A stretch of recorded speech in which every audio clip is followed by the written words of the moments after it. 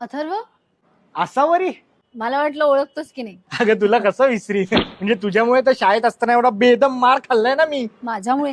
हो मग काय, वर्गात पहिली, बोर्डात पहिली, वक्तृत्व स्पर्धेत पहिली, स्पोर्ट्स मध्ये गोल्ड, इतकं काय काय करायचीस. माझी आई म्हणायची बघ त्या असावरीकडे, आणि मी नुसतंच बघत राहायचो. हा? म्हणजे तिच्या हुशारीकडे बघ.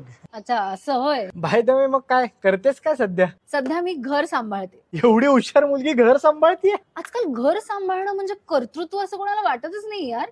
आपल्या आयांनी आजीनी केलंच की. आणि मी हे बाय चॉईस करते. स्त्रीनी घराचा उमरा ओलांडला म्हणजेच कर्तृत्व असं थोडीच असतं यार. पण मग एवढं शिक्षण वाया? अरे वाया गेलं असं कसं म्हणतोस तू? माझ्या मुलाला शिकवतेच की मी, त्याला ट्युशन वगैरे लावली नाहीये. माझ्या शिक्षणाचा उपयोग त्याला होतोच आहे ना. आणि बॅडमिंटन खेळतीये, फिट आहे. फक्त पैसे कमवणं म्हणजे कर्तृत्व नाही ना. कुटुंब जोडून ठेवणं यात सुद्धा कर्तृत्व आहेच की. आणि आजकाल नेमकं तेच कमी